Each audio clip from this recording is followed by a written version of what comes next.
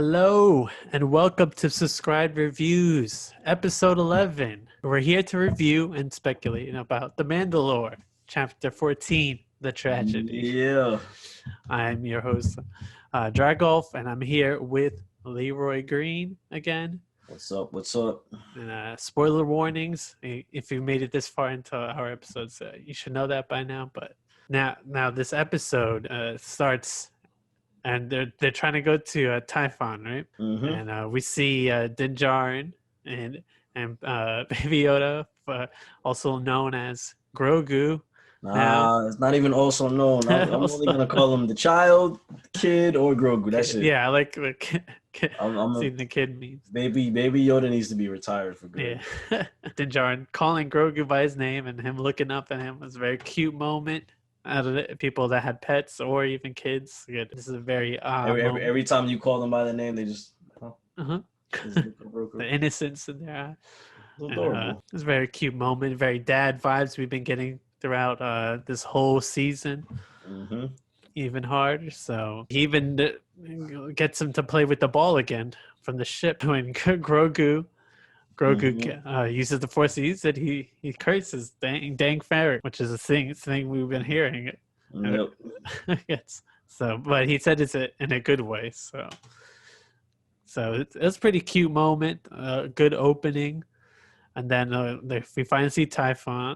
I thought it would be like the place looked weird to me, but I think it was on location. Yeah, every time we see these ancient Jedi ruined temples in the movies, it's always pretty the same. It's just like some open land or a little mountain at the very top, and just surrounded by stones. It's the same thing in the Last Jedi and Rise of Skywalker. So they keep it very simple, I guess. Yeah, the first Jedi didn't need too much, I guess.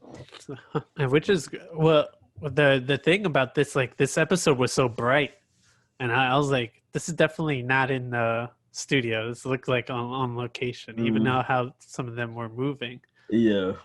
And this episode was the shortest episode of the season by 2 minutes. But they finally reached the Stone Edge. He says we have to get there with the windows down, and he has to use the jetpack because he can't land the slave one next to the temple. So it was wild seeing that ship. It's been like what? Like 40 years or so. Yeah. You seen that slave one? Yeah, we signed. It's been a minute. Slave one when he puts him down on the temple and nothing happens. So he sees the slave one. Ooh. So yes, he still has the ship at least. Doesn't have his armor at the moment, but because we can tell like Boba's been tracking, not necessarily his ship, but I think he was tracking his armor through. He was tracking the ship through the armor. So old school style, yeah. And as Din Djarin was looking out, Grogu reaches out on the Force, and then when he turns around, he's like, "Oh man, kid, we gotta stop!" But he can't reach him.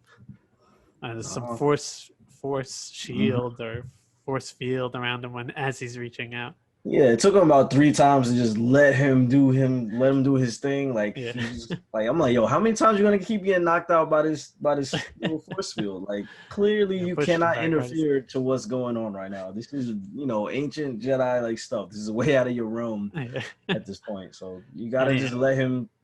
He's been cut off from the Force for so long. You gotta let him do his thing. Yeah. Do you think he reached out to someone? Do you think for being there for so long? What I'm thinking, I don't know if he necessarily reached out to someone. I'm thinking he did what Ahsoka said he was going to do. He was going to just decide his path, from there. So I think he was just trying to see what is there for him, whether he continues to be a Jedi or whether he doesn't. I'm pretty sure someone strong with the Force sensed him though. So that's what I think. I don't think he necessarily reached out, but I do think at some point somebody with a strong connection to the Force definitely sensed him. Whether that be Luke, it doesn't even have to be Luke. It could be somebody who's former Sith. It could be any other remaining Force user, Jedi, Sith, but I'm banking on that it's most likely Luke. But that's what I think happened that whole time. And I was thinking, like, they're not going to split this couple so quickly, so soon. So and I feel like he's going to choose, the Mandalore way and when it's all said and done, but we don't know that. Yeah. and just because he reached out, but someone could still sense him. So someone still might look for him because they sensed it. But yeah, that's what I'm thinking. during all of that, Boba and Din Djarin talk, and we see an old face, the girl who played Chung-Li, and that's also Agents of Shield. Ming Na Wen. Yep. She's still alive. Barely. Maybe. See, like he mentions, like they were both left on Tatooine, for dead, but he was able to give her some cybernetic enhancements to keep her alive. So she's now in servitude or in debt to him. General Grievous could be a heart and a head. Anyone could have replacement parts. Exactly. So you get the cool Boba says the same line. He says, Jango Fett says to Obi-Wan Kenobi, "I'm just a simple man trying to make his way in the universe." And I was like, ooh. Yeah, from well said. episode 2. Yeah, the New Zealand actor says it exactly as he did before. It's like, all right. That's cool little nod back to the prequels. The prequel, yeah.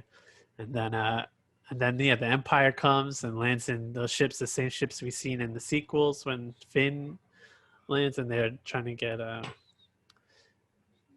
Poe Dameron. But we see, and then a fight breaks out. We see Boba Fett is still a badass without his armor.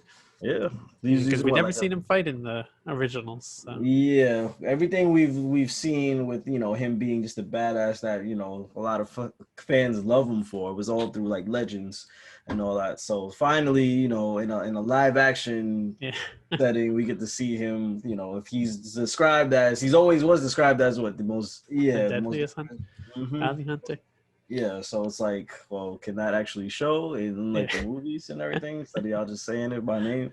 Yeah. So finally, even like before he gets the armor, because he's just using some Tusken Raider like staff. Yeah, he was using this whole time, and he was fucking him up with that. They were no match, for that.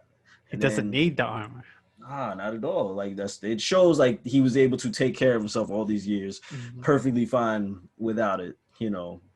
But the armor is very significant to him because it is. It's in their lineage. Like his DNA is basically like encoded into that armor because it's been passed down, from generation, all the way down to him. So it like rightfully belongs to him. Because even Mando, he even questions him like, "Are you Mandalorian? Did you take the creed?" He says, "Fuck all that, bro." Yeah, he has a. When I was doing research with him a couple weeks ago, he has a lot of. He wants to make his dad proud, even though he saw him get his head cut off by old Mace Windu. He wants to make the armor proud, stuff like that. He even takes it back to the classic colors. His dad when he used to fight in the Mandalorian Civil Wars, which he mentioned in this episode, because they're part of the true Mandalorian pack with that red little thing on the visor, but. Yeah. It's pretty cool. Yeah, and then even the girl, like, she does some badass things too. She kicks a rock that she hits all these stormtrooper pins. Which was like Indiana Jones reference. Yeah. Yeah. Okay, I never watched Indiana Jones, but I know it's a George Lucas. Yep. That's his character. So, yeah. That was cute. That was cute to see. I was like, oh, keeping up with the little movie references. Okay, here we go. It's the Indiana Jones one. Yeah, no more aliens, which is good. All right. So yeah, and then during the fight we finally see Boba go look at the slave one, the Razor Crest, and go in and get his armor, and we see him how much more effective he is with his armor. We even see him a trick that Cobb Vampton used with those knee rockets. I was like, I was not expecting that. Something we haven't seen in years. Now look at this. So it was beautiful to see this character back in his full armor and in all his glory. And it fits. Yeah. Got a little bit of a dad bod, but it's cute. Hey man, people get older. It's been like what? It's technically about 20 years, whatever. Yeah. It was cool. It's cool. And, we see, and even when the stormtroopers start to realize they're gonna lose, they try to get away. He uses that rocket, gets 2 for 1. And Mando says, "Nice shot." He's like, Like I was aiming for the other one. I wouldn't even say that. I would just would have took credit for the first one. Like, yep, I meant to do that shit. You like that, right? And you got to build that rep again when you get armor. So exactly. I'll be like, hey, yeah, I meant that. Even though this comes from, we know this jetpack to be super faulty. It always is. Like, one thing we've seen in the movies that jetpack is severely, hasn't been manufactured that well. So, yeah, I wonder if he's gonna fix the armor now that he has it again, or at least paint it up. Because that's embarrassing the way that he got blown up in Jedi. Yeah. So. I'm sure he still runs that through in his head when he goes to sleep. So. The one thing that keeps him up at night, not even the damn Sarlacc itself. Like, just the blind guy's like, where? Exactly. Oh, he's flying off. Like, now your rep is completely destroyed. You were known as the deadliest bounty hunter in the damn universe, and this is the one thing that takes you out. An accident. Like, whoops. Yeah. Pretty funny. And then I guess someone had enough of their troops dying, and Moff Gideon blows up the Razor Crest. That's it. He spent so much of this season repairing that goddamn thing, doing all this maintenance, even paying money to get it fixed. And one little cannon, boom, over with. It's done. Forget it. It's a wrap. Yeah, my heart was like, ooh, it's like your first car going down. And they've been through a lot, but they gotta do them like that. Just blow it up. We're tired of this. Blow the whole thing flying through with all this goddamn pollution in the damn air. Like, just get rid of it. And then we see the Dark Troopers in action, flying down and landing, all cool style landing. Just as Grogu gets off his meditation, and he's too weak because he just used a lot of force powers and they just snatch him up. And the Mando forgot his jetpack. Get a quick little fight scene between the Dark Troopers. Yeah. But not yet. Taste. The final episode, definitely. There's going to be an all-out battle. Yeah. But, it was good to see that we were right. These were Dark Troopers, like we were saying that they definitely were before. They just snatched them up. And it was like, this is the first time, that they have been apart. And especially in this capacity. Yeah, from a video game, too. So anything could be canon, not just books. Yep. Yeah, Disney did a good thing with calling it Legends, so they could and bringing it back in. Yep. Yeah, which I was happy about because there's just so much extra lore. So now trying to add it back in ways like this is great. So yeah, they just take the baby, man. It's crazy, but so all right, our job is done. Let's roll out. Peace. Yeah, and he looked heartbroken, and he didn't want to shoot it. He didn't want to shoot. He forgot his jetpack because in the negotiations they told him to put his jetpack down, which is weird. So just his weapons, but your boy Boba, he flew to Slave One and go get it, and then when he got close, and he was like, he said, "Should I shoot it down?" That looks like Empire. Yeah. You know what? I'm gonna pull back. Yeah. I thought and he worked for them too, so he should know. Yeah, he know not to fuck with that. It's not much his ship can really do against an entire fucking, You just saw one ship got shot down. Empire starship. So it's like what are you gonna do? They just blew that Razor Crest up like it was nothing. Like what they'll do to my ass? Like hell no. I'm going back. Yeah, and you see some concerns like Din Djarin didn't want him to shoot any of the Dark Troopers because you don't know where he's gonna land, and you don't know if the explosion will kill him too. So, but I think what probably puts him a little ease, like I think him knowing that he was a formerly trained Jedi for quite some time, that he should be able to manage himself at least until they are able to get to him in the next episode, which I'm assuming. Yeah, and then. As their agreement, Boba Fett and them made, he's like to see the safety of the child, so they're on the same team. I thought they were gonna fight when we first saw the teasers of Boba Fett. That's what I thought too. But I guess the way they played it, he looked a little more sinister about it. Like I'm gonna kill this guy for my armor, but nah, he's very reasonable. It's just legacy. That's what it's about. It's about legacy. Where it's like Din Djarin, he's from. Where is he from? From Death he's a Watch. foundling, right? Yeah, so they're all like, just really strict with the religion, where it's like him from his lineage, it's just about the legacy of it. Like, Yeah, and when he because shows, he takes his mask off right then and there after the battle, like, which we didn't really see too much previously, but as we know with Jango Fett, it's not like he always kept his armor on. That was never their thing. That was only the this group little that section of Din subgroup of Djarin Mandalorians. was. Because even Bo-Katan said it. She was like, y'all come from an old ancient way of living, when everyone else was just like, I want to breathe. I want to take a drink without having to move my mask like slightly up. Like, how is that comfortable for anybody? Like, I got to get some sunlight on my face at least. I know, right? Some vitamin D. I can't be wearing this damn armor all day. It's heavy as hell. I'm gonna enjoy myself. Y'all do what y'all want. Yeah. And that's literally how the Mandalorian Civil War started. True. Yeah, he even shows it on the code on the armor. So it's been in. This code's been on here for 25 years. So like, even my father, that's Django right there. And then Din Djarin sees that he's a foundling too. So that's when he says, "Oh, he's a foundling too," which is good because it's always. I think episode of the Clone Wars, Boba Fett and Jango Fett might not be Mandalorian, and people have been arguing about it ever since. So good to have some concrete answers on it. So no, he's Mandalorian, all right. Yeah, so they help him to get off world to see an old friend again, Cara Dune, old Gina Carano. Yep. Now the Marshal for the New Republic. Yeah, and we see that she does decide to join. So we'll see what that goes to. But he asks him to see a list of prisoners, and we get see good old Billy Burr. Good to see him back.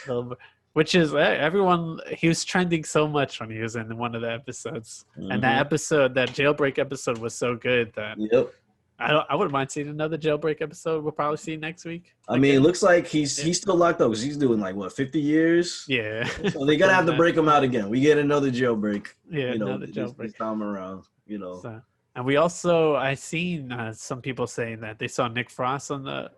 I seen that list too. Yeah. So I was. We'll say that, and then we'll see if it actually is him. So, I saw that little alien that took the jetpack on there too. I was like, okay. So they got everybody locked up. So that'll be interesting to see next week. Is next week's the last episode of the season? No, it's the before last. Okay, so, all right. So he's gathering their crew next week, and then we'll have the all-out battle between Darksaber on the last episode. Moff Gideon's, and I'm hoping Bo-Katan and her team comes back. I'm sure they will. Even we don't even know. You know what I mean? Yeah, it's gonna be a jam-packed episode. And then we see Moff Gideon at the end. Well, Honey Dip as his assistant. Then, and we see them with Grogu playing trying to throw around these stormtroopers. Yeah, he was like, man, this is the most power of the Force that I've used in forever. Just, going to that seeing stone at the temple. He's like, I might as well dust off the old cobwebs, because like I said, he was cut off from the Force for so long because he's in hiding. Himself off to hide, yeah. So maybe I think that's why he gets so tired, because he hasn't been using his powers since he's been trained so long ago. Yeah. And he's strong enough to do two hands, so maybe he unlocked it. Exactly. A little bit. And then Moff Gideon knows that he gets tired somehow, so he says, "All right, just let him be." And then he starts taunting him with the Darksaber. I was like, yeah, he was like, "Hey, you remember one of these from the old times?" And he's like, "You son of a bitch." I also what made me think, I was like, do they know each other? We'll see. Or something. I guess he knows that he probably knows of. Yeah. Since he probably knows his backstory, that he comes from the Jedi Temple. He was somehow got out during the Order 66, slaughter of the remaining Jedi. So, because otherwise, I don't think he would have said that. He he activates the Darksaber and just said, specifically. I've been looking for you a long time, something like that. And he said he's gonna bring him to Dr. Pershing. We'll see him again. A little cloning doctor, so he's like, we got a donor. So they're gonna use his blood for something. Yeah. So whether it's Snoke or Snoke or something. I mean, I guess it would have made a little more sense for what's his name, Palpatine, but we'll see. We'll see. There's definitely some cloning stuff going on. Yeah. It always comes back to cloning because we even seen the tanks, and not the previous episode. I think it was the one before it. So I don't know. We're getting closer and closer to answers. Yeah. Does it answers questions, and then it gives us so much questions too that needs to be asked. So That's what I like. I like this episode. It's like a Sunday morning cartoon episode. So I'll give it a 8. 8. This one I'll give it an 8. Boba Fett is nice. I'm gonna give it a 9 because of that return of seeing Boba Fett back in full action was something that we've not been able to see in its capacity in the live action scope. Like I said, in Legends, games we've seen this all the time, but actually seeing it, seeing him back in his original armor, the explanation that he is a real Mandalorian. I gotta give it a 9. I gotta give it a 9. Yeah, that's true. That's true. So, yep. We can't wait for next week. We still got 2 more episodes left. 2 more, baby. 2 more. And this is Subscribed Reviews. We are on Camp Nas. Thank you for my guest, Leroy Green, for joining us. And we'll see you next week. Later. No.